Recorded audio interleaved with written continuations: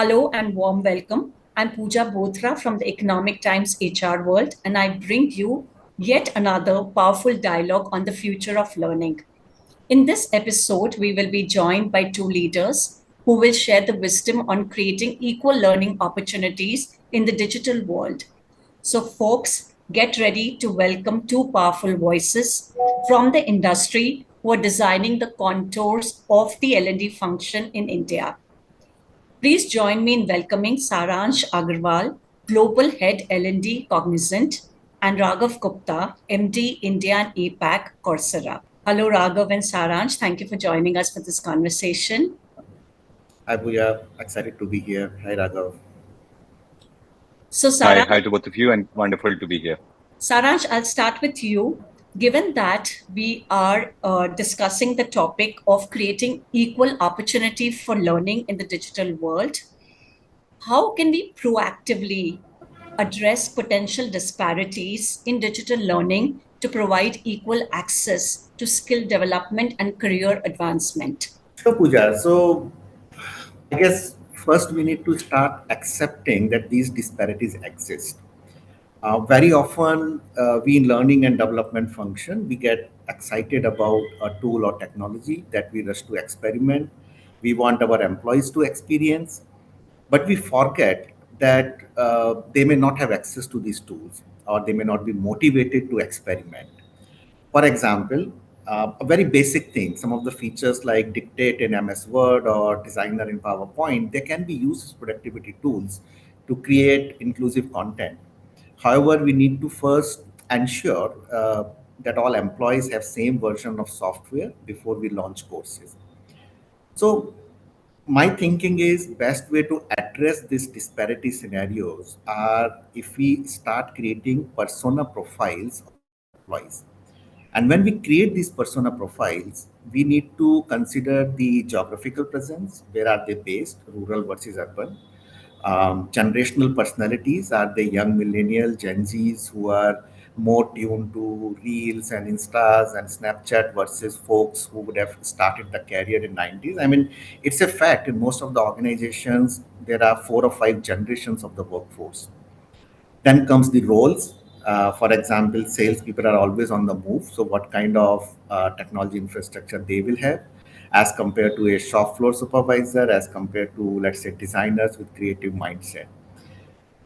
Now, these personas provide the inputs on access and availability of technology tools, including high speed internet, mobile network, ability to learn new features. And based on this, we have to take certain decisions. For example, a policy decision. Can we work with an internet provider to help bring in a better network, or can we reimburse our employees of the high quality internet?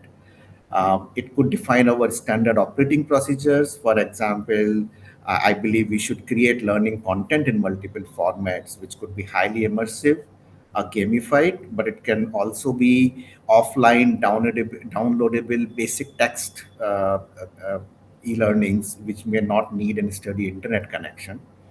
Our platform decisions, are we having mobile enabled learning libraries? Or sometimes these technologies can help us in a very different way. For example, assessments. Today we can do remote proctoring, and employees need not travel to assessments in person, and they can have flexible schedules. So, if I have to summarize, Pooja, it would be that we have to accept the disparity exists, define personas, and then develop our policies, processes, and platforms aligned to these personas. Wonderful points, Saransh. Raghav, you being a global leader in online learning, what are some of the trends you are seeing that play a pivotal role in digital learning access to enhance workplace skills and career progression? Yeah, if I look at some of the most successful programs, Pooja, these are what I would call skills first learning programs. And I'll explain that, right? I think there was a point in time when, there was a lot of content coming. Obviously, a lot of it was online. And I think a lot of companies, including ours, were saying, look, give a lot of content to people and they will figure it out, right? And we used to call that was very simply open learning, right? Just give access to people, and Saransh made a lot of good points. It has to be accessible, it has to be on different devices, etc. But just give access and people will figure it out. But given how quickly businesses are changing, right, digitalization and now generative AI has come, I see ones are skills first programs. And let me explain with an example of what a program like this might be. So let's say I'm a data analyst in a technology company, and my company says we'd like you to grow and there's a career path for you to become a data scientist, right? So Coursera will come in and say, okay, Raghav, first thing you should do is take an assessment, right? Let's measure what your current skill levels are so that you know what are the skills that you need to build to be able to become a data scientist, right? So I take something called a level set, which tells me these are the skills I have and these are the skills I'm missing. Then I'm told, look, to become a data scientist, you need to have 6 skills. And you're good at machine learning, but you're not so good at storytelling. And you're good at skill number X, but you're not good at data visualization. So I have a very clear view that out of 6 skills, I have 4 and I don't have 3 or 2, whatever the case might be. And I'll build on what Saran shared earlier, that then the platform and the AI in the platform should curate for you content which is designed for your learning persona. Now, I might be a person who loves to take 10, 20-hour courses. You might be a person who wants to take 5-minute videos, 10-minute videos, learning in the flow of work. And Saransh might be somebody who says, give me hands on, right? Don't give me the knowledge, but gives me hands on. I will use my hands and I will learn things. So, depending on whether I want long form content, you want short form content, Saransh wants hands on content, the platform should curate that for you. And then at the end of it, instead of the skill development being, okay, you've done a lot of learning, you've completed a lot of courses, can I actually visually see on a personalized dashboard, that my skill levels were XYZ and now they have become ABC, and I'm actually progressing towards my journey of a data scientist. So just making it very simple to say, look, Raghav, you're a data analyst, and this is how you're now becoming a data scientist. Now, this is a simple explanation, but as you can imagine, in companies, there are hundreds of job roles, right? I'm sure in Saranch's companies, there are hundreds of job roles. If we can make this mass personalization happen, where what you're learning is customized for you and what I'm learning is customized for me, and same for Saranch, then we've made skills first learning possible at large numbers, at scale. And those are the most successful programs that we are seeing currently, that online learning is being able to roll out. In all of this, also being able to deliver assessments to employees and saying, look, you've taken a course, but now take an assessment so that you and us, the company, know that there has actually been skill development, because then we can deploy you in the right places, because that will enable your career development to happen. That becomes quite important as well. So that's what I see as possibly where a lot of successful programs are, and where I think a lot of online learning is headed. We are definitely pushing hard in this direction. So, Saransh, like you mentioned, yes, there are potential disparities. And one of the area where we see disparity that is there is digital literacy. Not everybody is that digitally savvy. Other, of course, is access to technology. So, what could be, these are the realities under which we are functioning. So, what can we possibly do to create more equitable learning environment? No, glad that you asked this question, Pooja, because we we normally talk about the technology only as the part of digital literacy. But if you ask me, it's made up of both in access to the learning environment, also the current experience and exposure what people may have, right? Something which Raghav also mentioned, and I love that the skill first model. It also need to look into what's my current existing experience and exposure. So when we talk about the strategy to be developed, especially for this tech infused learning, we need to focus on purpose of learning. So what do we want our employees to do after the learning? And this purpose, if it is clear, it forms the performance objective of our programs, and that helps strategize to create an equitable learning environment. Since Raghav talked about the generative AI, and that's a buzzword, so let me try to explain this concept using this as an example. So now we have employees who will already know, who are part of technology functions. They may understand machine learning. They may know what large language models are. But on the other hand, there would be employees in various functions, let's say HR or even training department. So now if there is a direction and which says, hey, we need to create an awareness about generative AI for all employees. In this case, what will be an equitable learning environment? Now, if somebody goes and creates an immersive and comprehensive e-learning and launches to all the employees and puts up a mandate that you complete in next 30 days, to me, that's not an equitable environment. We are not doing the right thing. Rather, our strategy, and Ragam, I'm borrowing some of your terms about the skill first. It is about number one, recognizing the various points of departure in terms of what kind of learner profiles we have, what are their existing proficiencies.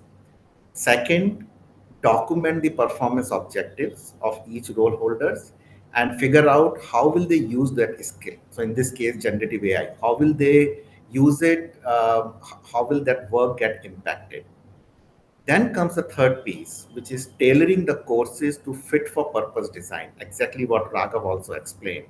For some employees, we need to create training programs which are oriented towards awareness, which will just help them leverage a Gen AI tool as productivity assistant. While for others, we need to include deep development skills like architecture, ability to customize and create new Gen AI tools. And finally, deliver. The aspect of strategy will be to identify the right delivery mediums. Do we need employees to experience? Are they okay to know things? Should we leverage hackathons to apply learning or bring idea to action? Should we use concepts of brainwriting or World Cafe to develop a point of view? So fundamentally, if I have to summarize, I will still say strategy will follow the purpose. And we need to apply in right defining and designing a learning program instead of just thinking about delivery at scale. Does it make sense? Yes, that's a really profound point, and I couldn't agree less. Purpose, it is so critical, and definitely horses for courses, and give them as much in their plate as they can take. So, Raghav, some insights from you also around the same point. To meet the needs of a diverse workforce, how can we see technology and online enterprise learning evolve? Yeah, wonderful points and love what Saran shared. I want to talk a little bit about, you said technology, right? But I want to talk a little bit about what's coming, which is this big tsunami that's coming. And I think it's happening possibly more in the US, and maybe Saranj can share a little bit more given, your company. But, and maybe it's going to take a few more months before it comes to India, right? In 2016, Coursera's co-founder said, AI is the new electricity, right? And I thought it was a great statement, right? Because I took away two things from it.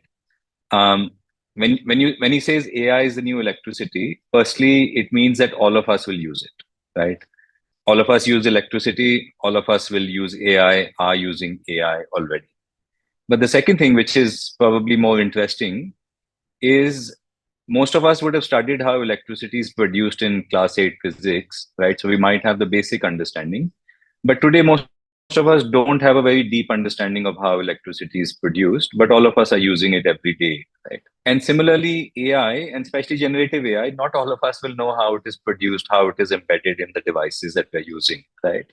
So generative AI is coming in Gmail, it's coming in all Google apps, right? It'll start telling you these are the emails you should spend more time on, these are the emails you should spend lesser time on. It's going to come in your Salesforce, it's going to come in so many of our devices, right? And we're as a company trying to figure out that, look, when companies are thinking about the future of their workforce, what is the impact that generative AI is going to have, right? And McKinsey's done this wonderful study where they've said, and this got spoken about a lot at the G20, by the way, where many CEOs said there is $4 trillion plus of GDP growth that's going to be possible because of generative AI. And of that comment, what I find very interesting is there are 6 or 7 job roles which are going to get the most impacted because of generative AI, where highest level of productivity will come. And the reason I'm talking about this is as we think about this from an L&D standpoint, it has big implications, and I'll come to that in just a sec. Now, these 7 job roles are customer operations, software development, both external as well as internal. So, an internal technology team or an external technology team. These are product development, these are sales, and these are marketing. These are the job roles that McKinsey says will have the biggest impact per se. It will also have impact on supply chain and finance and accounts and so on and so forth. But 75% of the impact will be on these 7 job roles. So what we are saying is, and we work, of course, with a lot of technology services companies, is we are saying your business is software and data and analytics and all of that. And if tomorrow, right, 50% of what a software developer does is going to change because of generative AI, not just the skills that the software developer needs to have are going to change, but the way the CEO thinks about the organization, the way the CHRO designs the organization, the way the CLO designs learning programs are going to change as well. And so what we are doing is very quickly, we are launching a generative AI academy. And we are thinking in that generative AI academy, the personas that matter, borrowing from what Saransh said, are what is generative AI for leaders? Because as a business leader, how do you think about the future? What is the implication for your business? What is the implication for HR is a theme to think about. There's Gen AI for everyone. So this is where you bring in the literacy layer. Everybody should understand, look, kaun sa button on karna hai, right? Literally that level of literacy you need to have. Then there is generative AI for teams. If you're a software developer, what is changing? If you're a marketing person, what is changing? If you're a salesperson, what is changing? And then generative AI for deep technology roles. If you're the developer of generative AI technology, then how is your role changing as well, right? And we are developing it quickly. We are rolling it out to a few pilot companies and saying everything that's happening from a technology standpoint is likely to pale out, given my earlier comment that this is a tsunami that is coming. And we're expecting that companies will make and break fortunes. And I think this is where a lot of CEOs are already asking their HR leaders and L&D leaders for guidance to say, tell us what we need to think about from a skill standpoint, because this is going to change so quickly.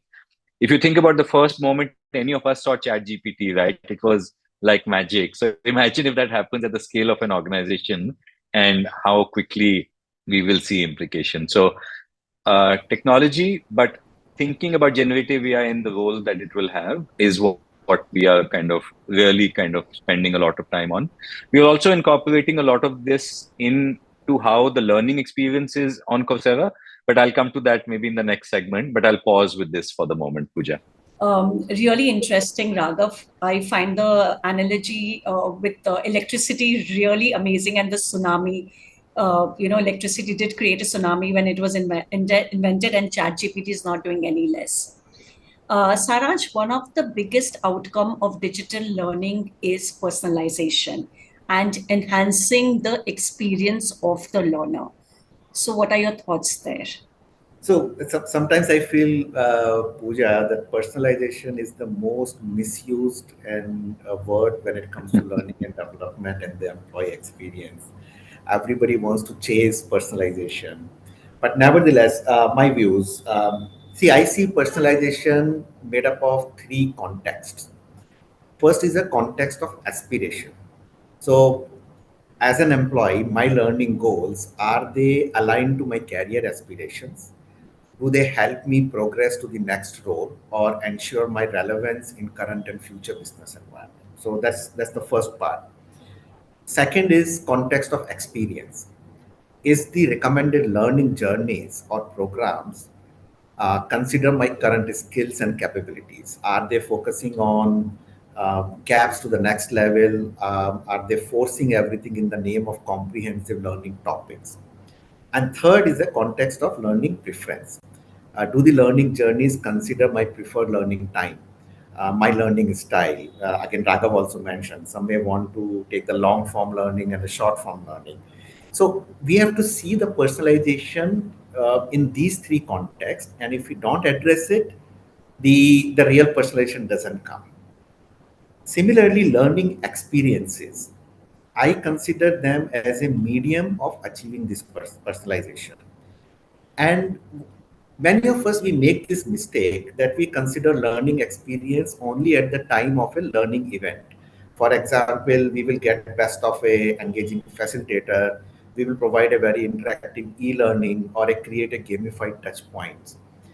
But if we have not applied the learning experience design principle right at the time of analyzing the needs of a learner, how to recommend a learning, whether it address what's in it for me, or the communication and marketing of a learning course, then we may end up having a very disengaged or a frustrated employee who is forced to attend and complete a learning course, but no amount of interactivity and engaging delivery is going to change the overall experience.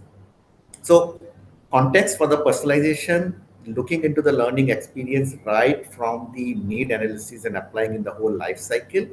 And then we can put up some of the design principles. Again, Raghav talked about the AI based search or recommendation or skill bots, which make use of the profile information and then make learning personalized. It could be adaptive and personalized learning paths, which assess skill level and then give the individual gaps. It could be self-paced learning interspersed with short facilitated sessions so that learner gets an opportunity to apply the concepts and they can, which they have learned in the online formats. It could be very simple PDF with interactive features which can provide short 5 to 10 minutes of a e-learning kind of an experience. So that's where I think, and in Cognizant, we have developed a learning experience platform which drive this continuous and self-directed learning and tries to empower our employees by to learn by connecting, collaborating, and contributing. Raghav, going to you, since you already spoke about the breakthrough technology, generative AI, continuing on that, how do you think that can enable more personalized and interactive learning experiences for the users?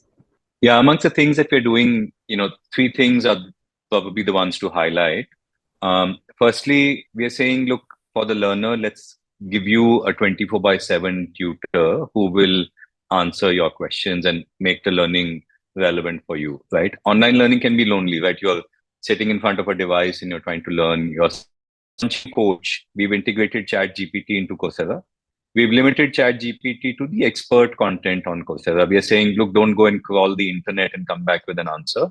But we are limiting Chat GPT to 200 universities, 100 companies that create content on Coursera, so expert content. And we're saying, you can come and summarize videos, you can come and ask questions if you didn't understand something, etc., etc. Let's say you and I are taking a negotiation course, Pooja, and I don't understand the difference between bargaining and negotiation, right? I can ask the coach, what is the difference between bargaining and negotiation? You are a more advanced negotiator than I am, and you say, what is the concept of BATNA and how can I use it in my negotiation with my child at home, right? So you can personalize the learning experience quite a bit. So we've launched that for learners. And then for course instructors, we are launching something which we are calling AI enabled course building. So course builder is what we are launching. And we are saying, look, if an instructor were to tell course builder on Coursera, here's the syllabus I want to teach, here are the skills that I want to build, and I want it to be a 6-hour course, 12-hour course, whatever, and I already have some material available, can you create this course for me? What it will do is it will look at the Coursera platform, it will pick up 5-10 minute videos, it will pick up hands-on projects, and it will actually create that course structure for you. It will populate the course for you. It will create practice assignments, it will create reading material, etc., etc. And we are launching out Course Builder now again with select customers. And the way we are thinking about this is, there was a world when companies would create their own content, and then people like us came along and said, look, you don't need to create content, you should curate content. We will give you all the content that we need. Now we are saying, let's bring these two worlds together, right? If I'm a marketing person at Cognizant, I want to learn how Cognizant does marketing, but I also want to learn the best practices of digital marketing. So we can bring Facebook to teach you digital marketing. We can bring Google to teach you digital marketing. And somebody in Saransh's team can say, this is how Cognizant does digital marketing. And Course Builder is going to enable us to create a course, which is the best practices of Cognizant and the best practices of Facebook and Google, all within the space of 30 minutes, 1 hour, we can create this course with Course Builder. And the third thing that we're doing is today there are 10,000 courses on Coursera and projects and so on. But a lot of that content is in English, and some of it is in Spanish and German, and some of it is in Hindi, etc. But now technology is changing so quickly that earlier it would cost us $1,500 to translate a course. Now we can do it in $50. So we are saying, look, if you're a large company like Cognizant, you probably have people who speak 30 different languages around the world. We will translate the course into their language. So if the guru of artificial intelligence is Andrew Ng, and you are a French speaking person, you will get Andrew Ng to teach you in French artificial intelligence. That's the other third bit that we are doing.